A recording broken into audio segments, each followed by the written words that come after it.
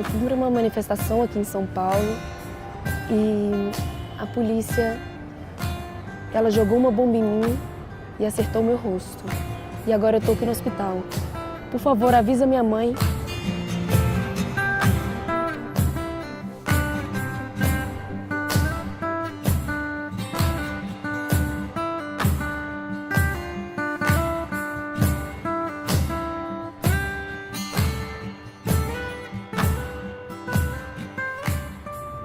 A polícia não perdoou a gente, sabe? A gente só tava descendo a rua. Ali já não era uma manifestação, a concentração da manifestação já estava toda lá embaixo. Era um grupo pequeno de pessoas que foi bombardeado, sem dó, assim. Muita bomba aí pra cima desse grupo, muita bomba pra cima da gente. Eu lembro que nessa confusão toda, assim, eu olhei pra trás e vi meu amigo. Eu lembro de ter sentido um profundo sentimento de alívio, sem saber que quando eu desse 2 passos depois, sabe, uma bomba seria jogada em cima de mim, no meu pé. Foi a última coisa que esse olho viu.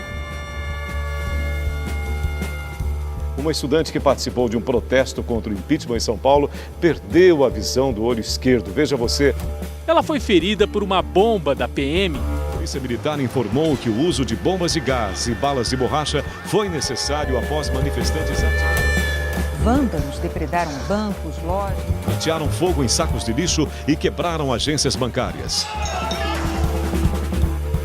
Todo mundo tende a acreditar que vive num mundo seguro e justo e que tudo tem seu lugar, né? Que as coisas ruins acontecem apenas com as pessoas ruins e as boas acontecem apenas com as pessoas boas. E na mesma noite que eu sofri a violência, colocaram fotos e notícias de lixeira queimada e de vidro rachado. E se eu tivesse feito, se eu fosse a autora daquela lixeira queimada, isso justifica?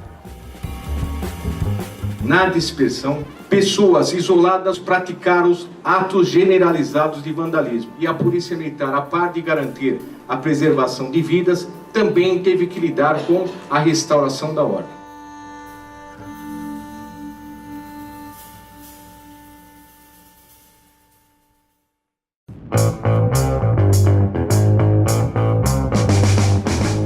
Se a Polícia Militar responsabiliza os próprios manifestantes pelos seus ferimentos, cabe à Justiça definir quem é o culpado por um caso de violência em manifestação.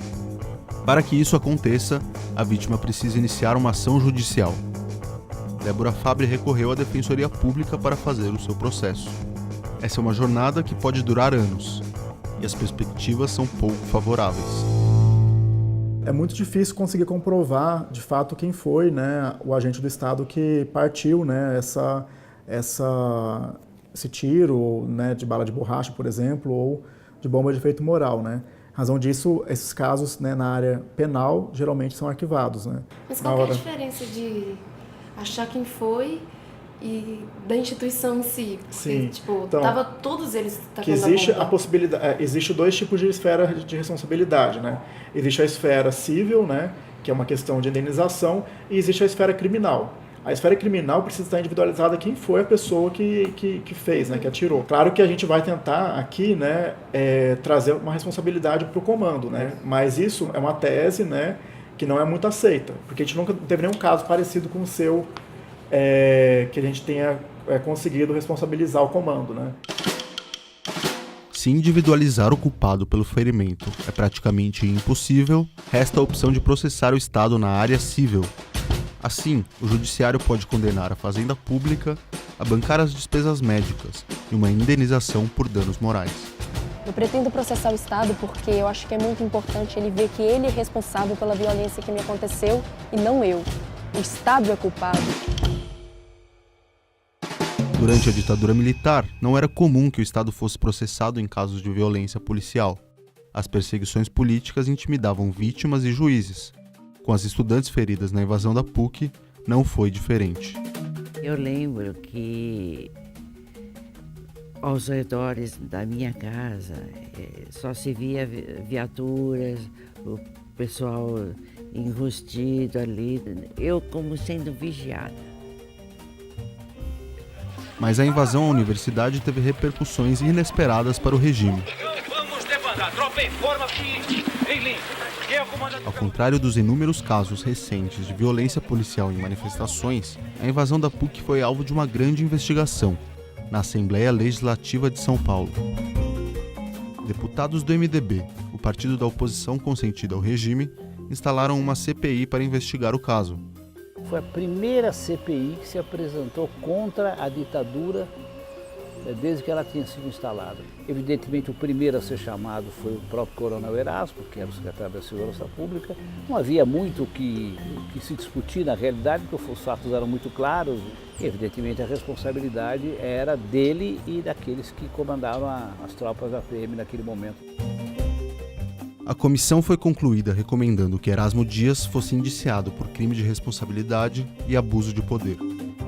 O Ministério Público arquivou o caso, mas a brutalidade da operação estava exposta e o caminho se abria para um processo de responsabilidade civil contra o Estado. As estudantes então pediram ajuda a Mário Simas, advogado que já havia defendido diversos presos políticos das acusações do regime. Naquela época, o medo imperava. Os carcereiros podiam mais do que os juízes. Por outro lado, aquelas jovens que sofreram queimaduras seríssimas, resolveram ajuizar uma ação civil contra o Estado de São Paulo, pedindo uma indenização pelos danos físicos, danos morais, danos pessoais e por aí afora. Aí juntamos fotos, juntamos as notas fiscais do tratamento, tudo, e o processo foi caminhando ao longo de 10 anos. 10, no mínimo. O juiz Getúlio Evaristo dos Santos Neto surpreendeu a todos ao responsabilizar o Estado pelos ferimentos. A sentença impôs à Fazenda Pública o pagamento dos gastos com tratamentos médicos já realizados e ainda por fazer. Essa sentença tem um efeito, inclusive, pedagógico, entendeu? Porque demonstra os limites em que o Estado pode usar a força. Inclusive, deram um exemplo, isto é bom que se diga, que deram exemplo para que outros, mais tarde, pudessem também reivindicar direitos quando vítimas das loucuras da ditadura civil-militar.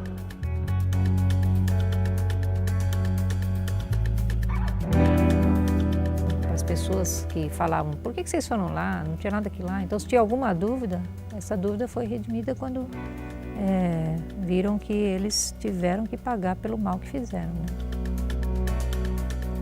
Elas foram realmente corajosas, ou, segundo a ótica de outros, audaciosas.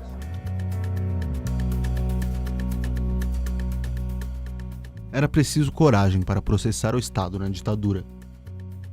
Mas e hoje em dia?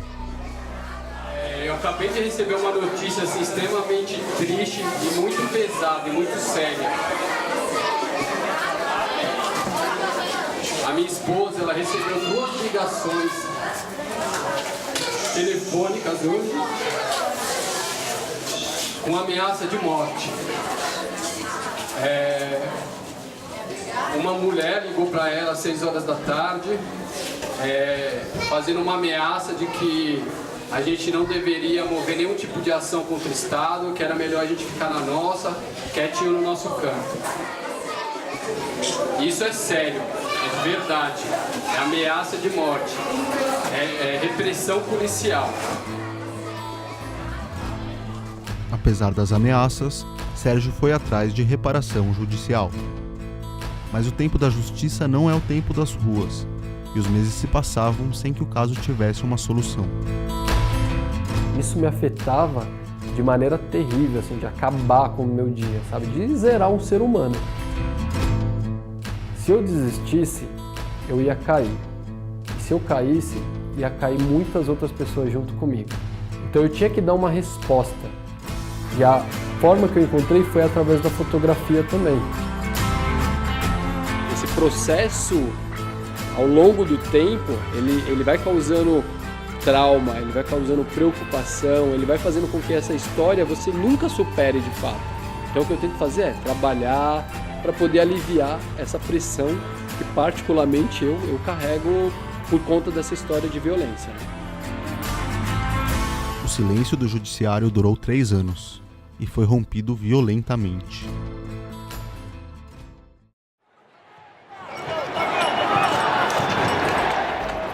Sentença do Tribunal de Justiça do Estado de São Paulo. Trata-se de ação que Sérgio Andrade da Silva move contra a Fazenda Pública Estadual, por onde quer amplamente ser indenizado dos danos que experimentou. Improcede o pedido. Ao se colocar na linha de confronto entre a polícia e os manifestantes, assumiu o risco de ser alvejado por alguns dos grupos em confronto. Mesmo que houvesse provas de que o ferimento experimentado pelo autor tenha sido provocado por bala de borracha disparada pela polícia, ainda assim não haveria de se cogitar da pretendida indenização. Assinado, Juiz de Direito Olavo Zampou Júnior. Pesado.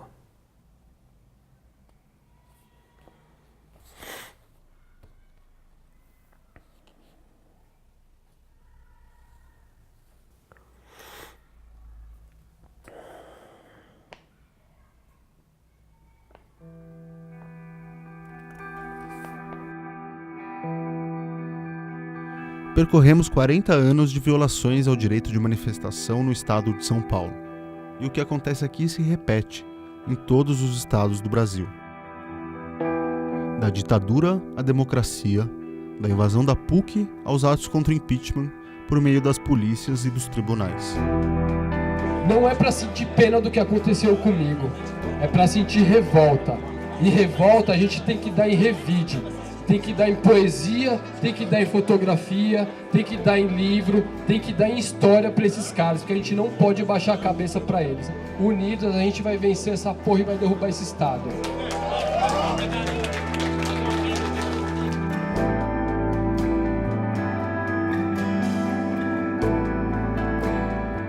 Todo mundo me pergunta, você se arrepende de ter ido?